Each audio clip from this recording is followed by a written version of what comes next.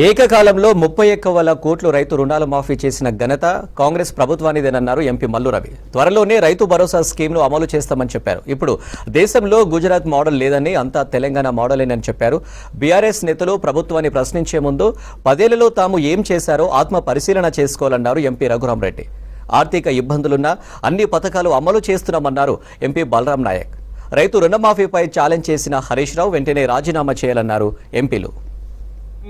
రైతు రుణాలు ₹1,00,000 వరకు వారి ఖాతాల్లో పడే విధంగా చేసి 2 లక్షల రూపాయలు ఆగస్టు 15 లోపులోనే పూర్తి చేస్తారని మాటిచ్చిన ప్రకారం 31,000 కోట్ల రూపాయలు 69 లక్షల మంది రైతులకి 2 లక్షల రూపాయలు అప్పు చేస్తారని చెప్పి చేసినటువంటి రేవంత్ రెడ్డి గారు భారతదేశంలో ఉన్న 29 రాష్ట్రాల్లో నెంబర్ 1 రాష్ట్రంగా నిలబడుతుంది. మేము ముఖ్యంగా ముఖ్యమంత్రి గారు ఈ నిర్ణయం తీసుకోవటమే కాకుండా అమలు చేస్తున్నందుకు వారికి ప్రత్యేకంగా ధన్యవాదాలు తెలియజేయడానికే టీఆర్ఎస్ నాయకుడు హరీష్ రావు గారు మాట్లాడుతున్నారు. హరీష్ రావు గారు ఈ అప్పులు మాఫీ చేస్తే నేను రిజైన్ చేస్తానని మాట్లాడారు. ఇప్పుడు రిజైన్ చేయాల్సి వస్తుందేమని మళ్ళీ ఇంకొక మాట మాట్లాడుతున్నాడు. ఈ కార్యక్రమాన్ని తెలంగాణ మోడల్ నిన్న మొన్నటి దాకా గుజరాత్ మోడల్ అని చెప్పేవాళ్ళు. నిన్నటి నుంచి భారతదేశం మొత్తంలో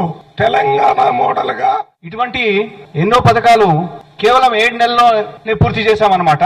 ఇదే మీరు చెప్పినట్టు బీఆర్ఎస్ ప్రభుత్వం ఇప్పుడు బయటకు వచ్చి కొంతమంది పెద్దల మాట్లాడుతున్నారు. మరి కేవలం 7 నెలల్లోనే ఇన్ని గ్యారంటీలు కంప్లీట్ చేశాం. మరి మీరు ఎన్ని రోజులు పరిపాలించారు అంటే 3,650 రోజులు మీరు పరిపాలించారు. మరి మా ప్రభుత్వం కేవలం 7 నెలల ప్రభుత్వం అన్నమాట. ప్రజలు తీర్పు చెప్పారు.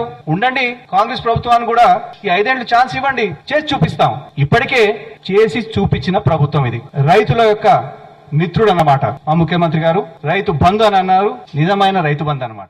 ఇవాళ రైతుల రుణమాఫీ పూర్తి స్థాయిలో ఇవన్నీ కూడా కాంగ్రెస్ పార్టీ వల్లే సాధ్యమైందని భారతదేశంలో నిరూపించుకున్న ఏకైక ముఖ్యమంత్రి రేవంత్ రెడ్డి గారు, అది కూడా కాంగ్రెస్ పార్టీ నాయకుడు. కాబట్టి ఇవన్నీ కూడా మనం రాబోయే కాలంలో తప్పకుండా కాంగ్రెస్ పార్టీ ఇచ్చిన మాట నిలబెట్టుకుంటది. గౌరవనీయ ముఖ్యమంత్రి గారు పోయి కూడా రాష్ట్రంకు రావాల్సిన బడ్జెట్ విషయంలో గాని, ఇంకో విషయంలో డిఫెన్స్ మినిస్టర్ కు గాని, అలాగనే గౌరవనీయ ప్రైమ్ మినిస్టర్ గారి ఎదురుగా తీసుకుపోయి మా కొద్ది